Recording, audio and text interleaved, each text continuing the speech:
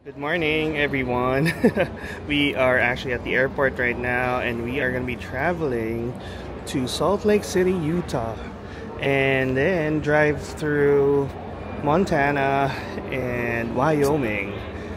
And last stop, I want to say it's Idaho, but let me just check later. I'm going to be sharing with you guys what we have in store for you.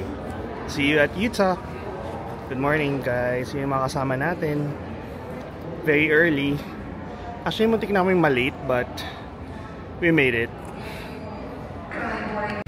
Hey y'all! Excited na ba kayo? Sa initan? Sa init.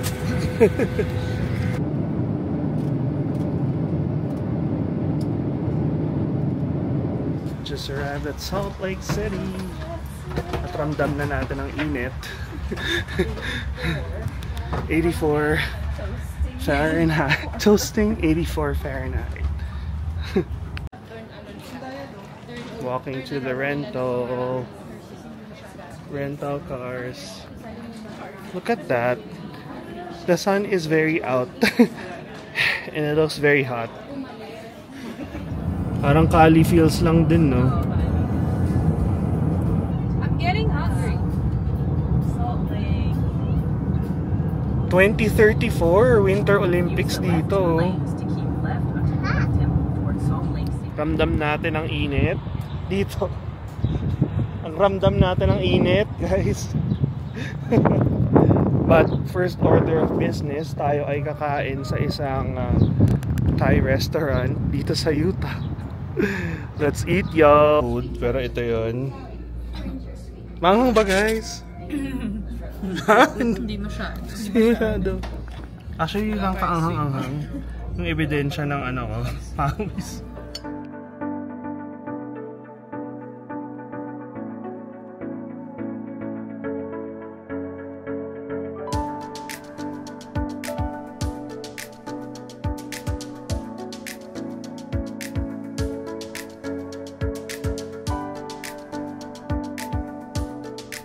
Second rest area dahil nairita si Ellie Boy at ang init talaga. Ano? May bomba? May bomba? 9 hours pa tayo before Moab MERS. Init. Ano? Okay ba yung suot mo ngayon? Hindi. 1.5 hours pa tayo, guys.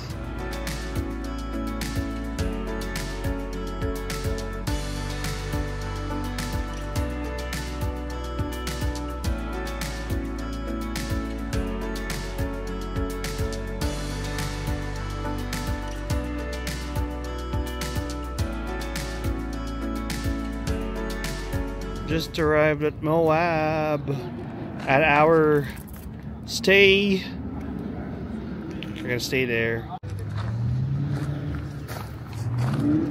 Moab in Towner. Thanks, Mers. Dito tayo titira, Mers. Ay, salamat. Nabuksan na po. Nabuksan na. Guys, ang sarap naman ang pinagawa natin, guys. Oh! Sofa. Ano to? Bahay talaga siya. Walang ilaw. Ano yan? Ang ganda ng hobo-hobo, ah. Maanong ulam? Look at this. Ano yan? Open, ano? Bathroom? Hindi. Ah. First ka sa taas, ha? O, sibay sa taas, tabi tayo. Saan kayo sasaksa yung sipak?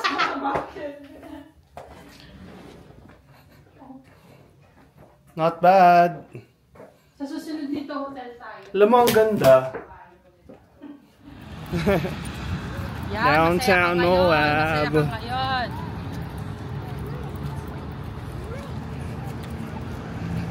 Look at that terrain. Moab made.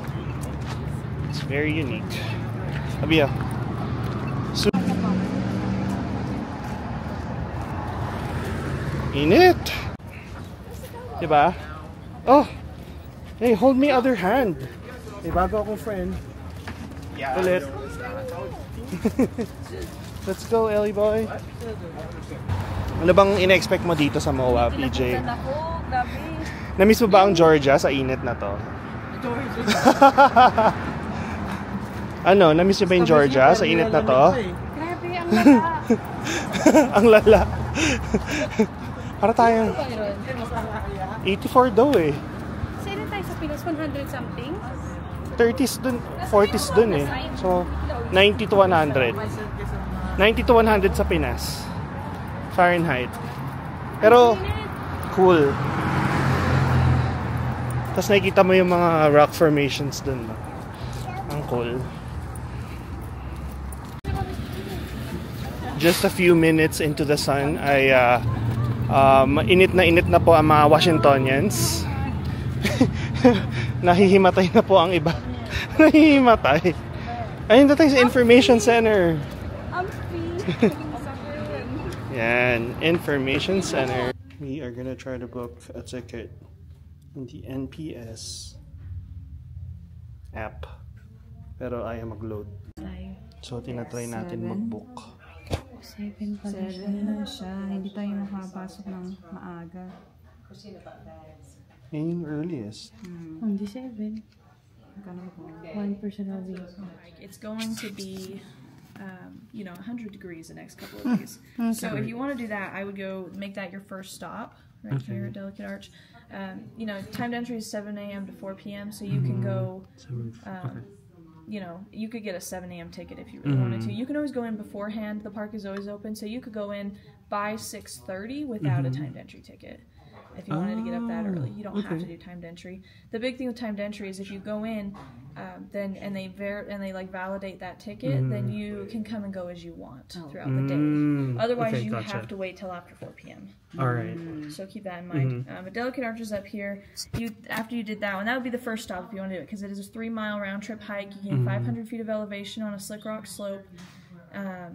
And it's just, there's no shade, you're in the sun, it's really strenuous, especially in the heat. Okay. So do that one first, then you could come up here to the Devil's Garden area and do Landscape Arch. You could also go just past it and do Navajo and Partition Arch if you'd like, and then that would just be an out and back hike.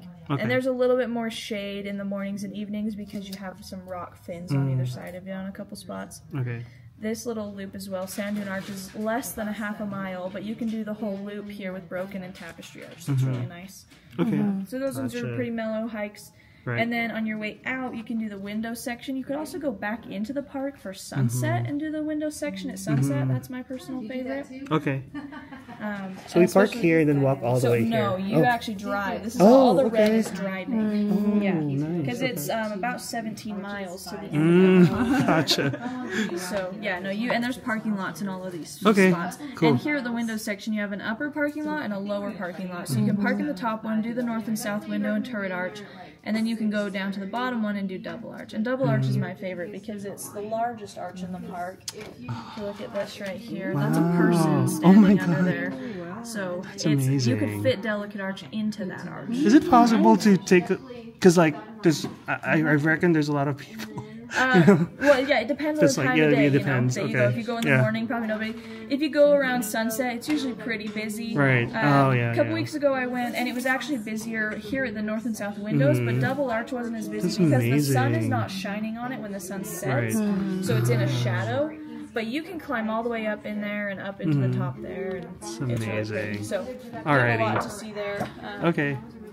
But like I said, I mean, you could even do that tonight, kind of a thing, because you can go in any time. So if you wanted to check it out this evening, like after, and tonight is a full moon. It's gonna be Strawberry Moon, so you can go in and see that. Obviously, the moon doesn't rise until like 9:45 though. That's true. But it would be really fantastic view. I'm sure it would be beautiful. Yeah, we can. And the thing is, we don't have like.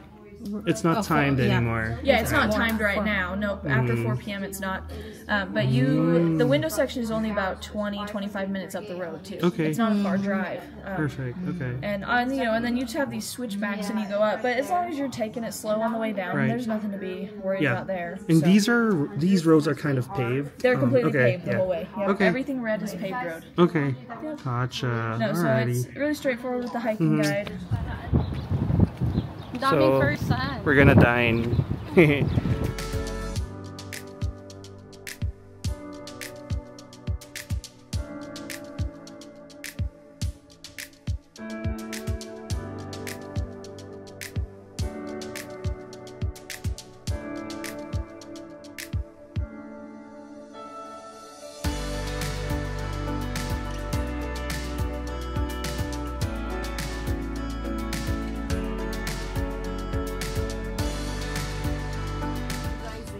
We are planning for tomorrow. Go!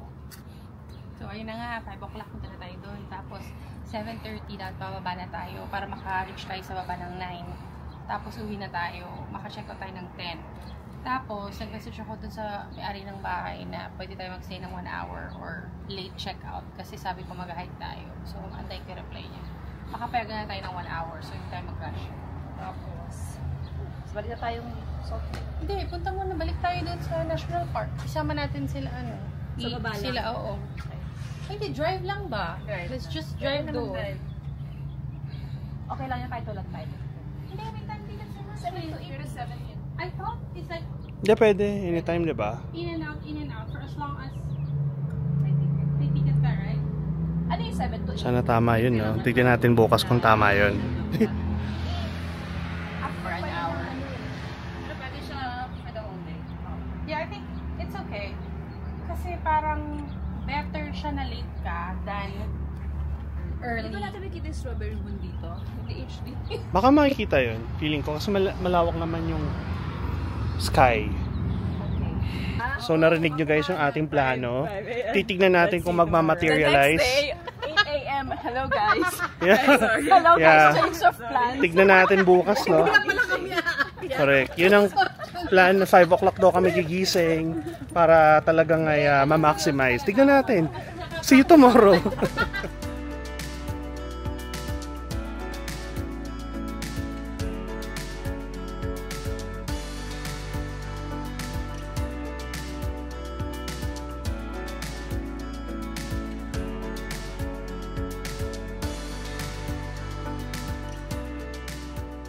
Morning everybody, we just arrived here at the Delicate Arch Trailhead. So we're gonna see if we can do that, or are we still gonna be going to 1.6 kilometers. so we're just so alis pa tayo. Okay, Start ng hike. so lilipat pa tayo ng car. Hindi. Viewpoint lang to. Dapat dito talaga tayo mag-start ng hike. You get what I mean? Kasi hindi ka na makakarating dito. Talaga Sabi naman niya one easier way to the arch, drive 1 mile. I know, but it's just viewpoint to see this. But you cannot hike there. We're going back here.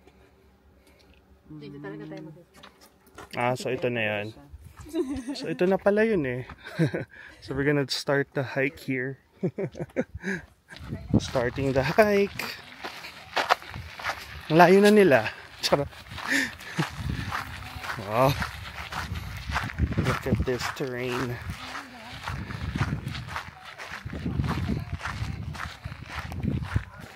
So we actually left the Airbnb early.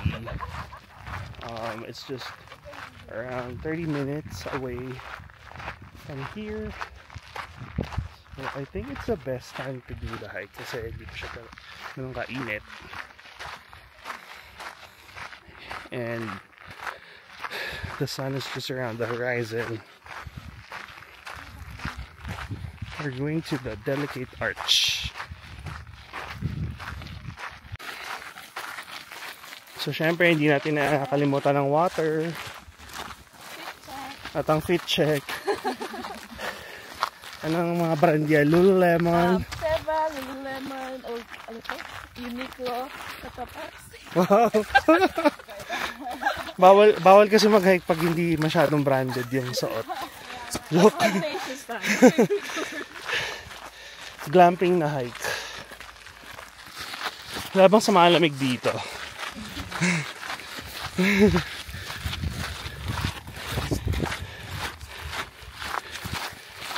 ASMR yan ang mga paa natin. Ayan. Anong ETA natin na? Ilang minutes pa? Weh.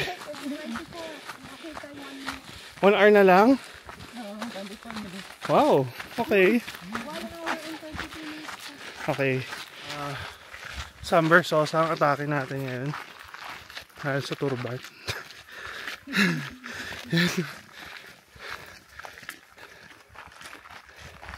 So dapat may sarili kang ilaw dito talaga pag gabi. Parang may potential maging hilid sa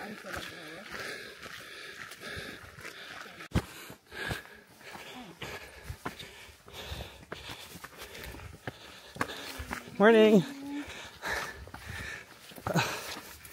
Hoop. Wow.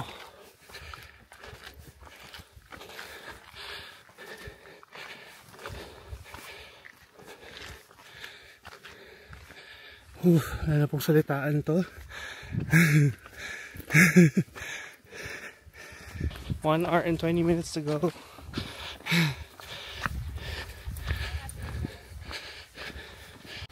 Parang man-made to talaga. Parang man-made na hindi. No? Ang galing eh. Natural.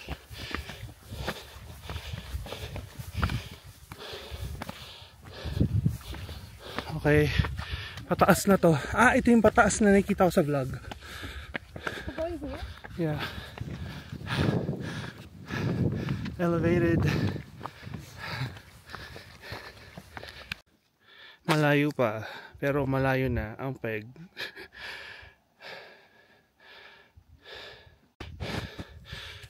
Kamusta? Inhale, exhale. Pinatap yung parking lot from here.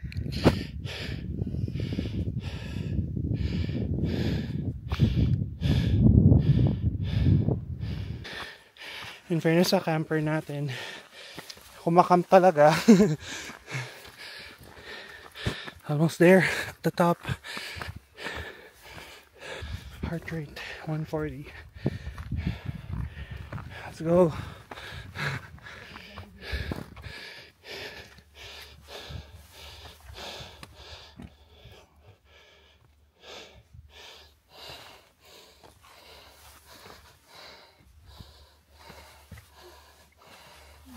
Okay, hello na ang araw.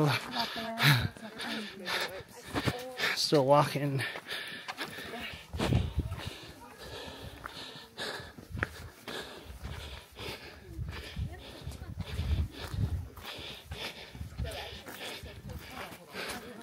First hole in a wall.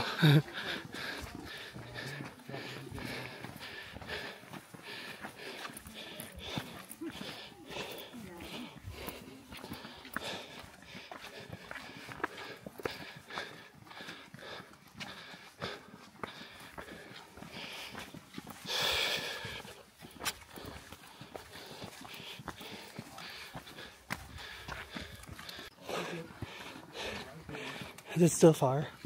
You're almost there. Almost there? Thank you. Every drop is wet. Yeah. Alright, thank you. Wow, look at that.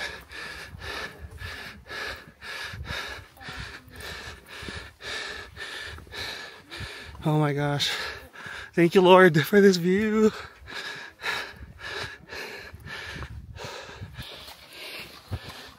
Balibuto pa lang dyan.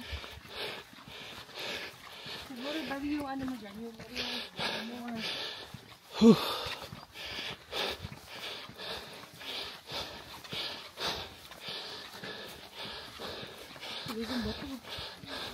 Ay, ito na.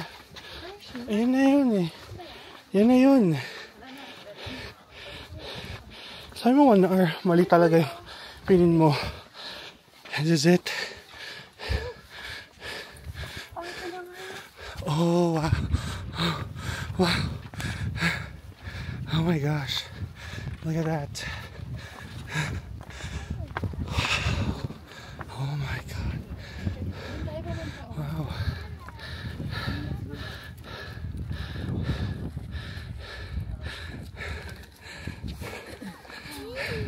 They're not lying.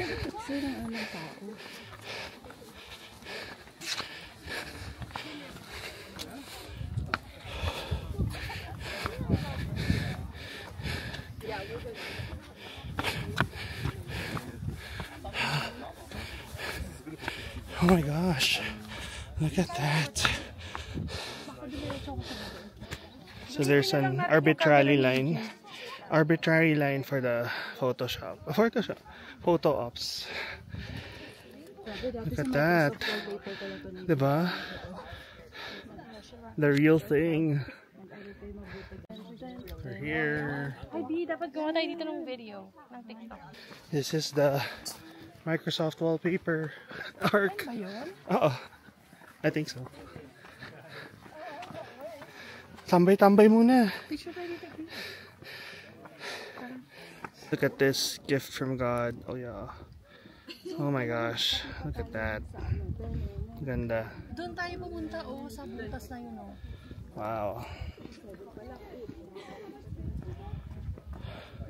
So earlier we thought it's gonna be like an hour hike, but apparently the map is inaccurate. So it's just, I think, less than an hour. And you're gonna see this view already from that entry.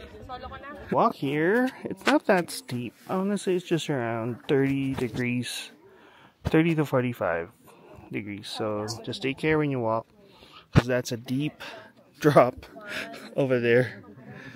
Yeah, so just take care. Sunrise.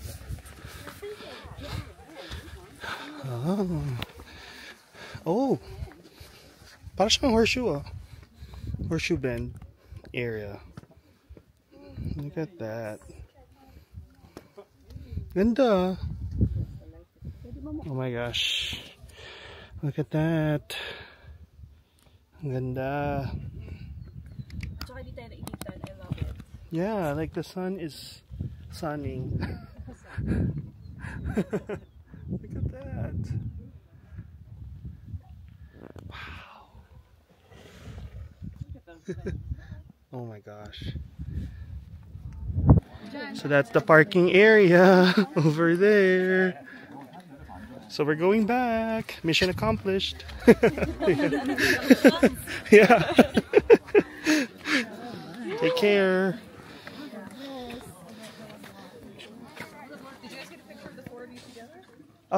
I think we did over there earlier. How about you guys? You know? Yeah, perfect. Have a good day.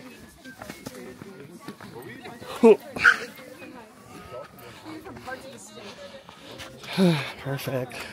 We are coming back to the plains. Salamat. Madali na yung hike natin pababa, y'all. Thank you, Lord.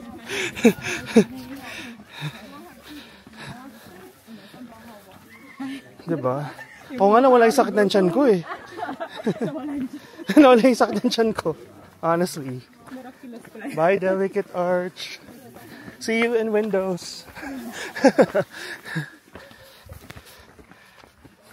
This is an amazing experience. Once in a lifetime, or maybe twice. Thank you, Lord, for the good weather. Good weather. Late checkout. Late checkout. Diba? Free entrance. Yes, free entrance. Sun. Oh my God. Good job, guys. Good job.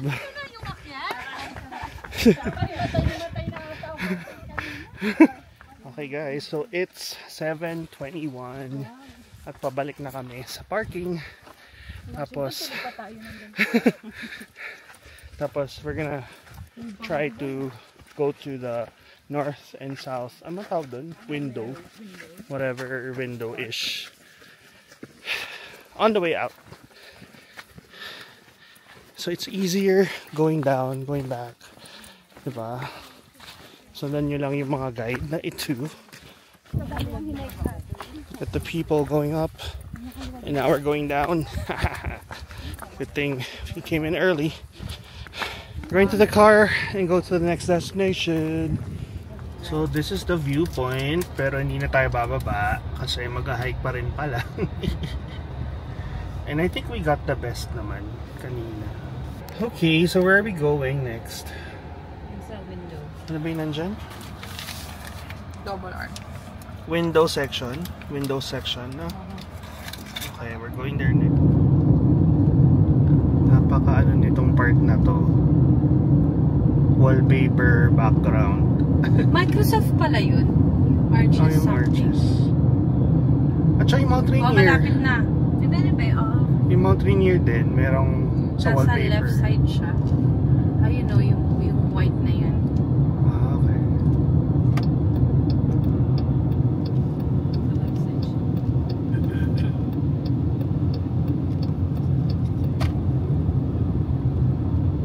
Joke, hindi pa pala next hike. Oh, so the Windows Trail. 1 mile round trip elevation. Perfect. Sounds easy. Ano yan? Panglinis.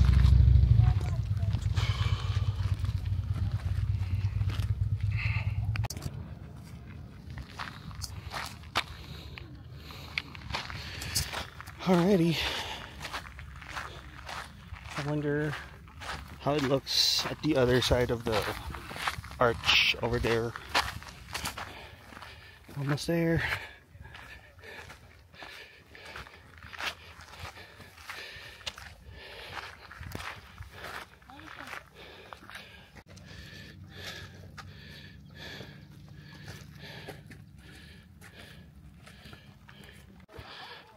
Look at that. Natural arch.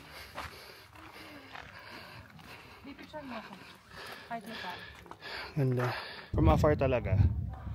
See, from this angle, it doesn't look like an arch. But yeah, it's amazing. But look at that.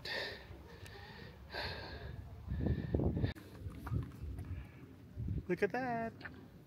Ganda. So pretty. Next stop, double arches.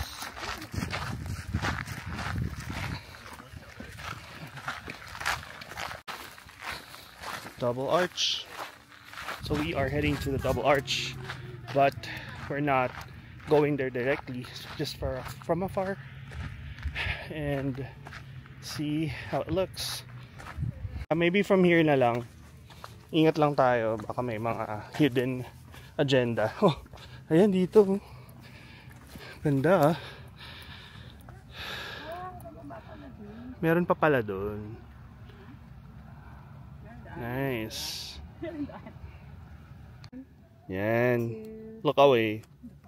O, tingin dito, Mars. 1, 2, 3. Init lang yun. Pwede na yun.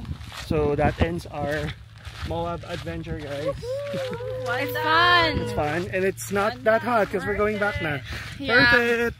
Ano yung advice niyo guys sa mga mag-hike? Better na pumunta ng 5 a.m. Correct. Para walang bayad. Tama at walang Init! Otaw. Init, Crowd. bayad. True. And take note, punta tayo ng, ano bang, July ngayon pala, no? June. Ay, June pa pala. June 12? June 12, Happy Independence Day. Tayo lang pala yun. And now we're going back to the hotel and drive back to Salt Lake City. See you later.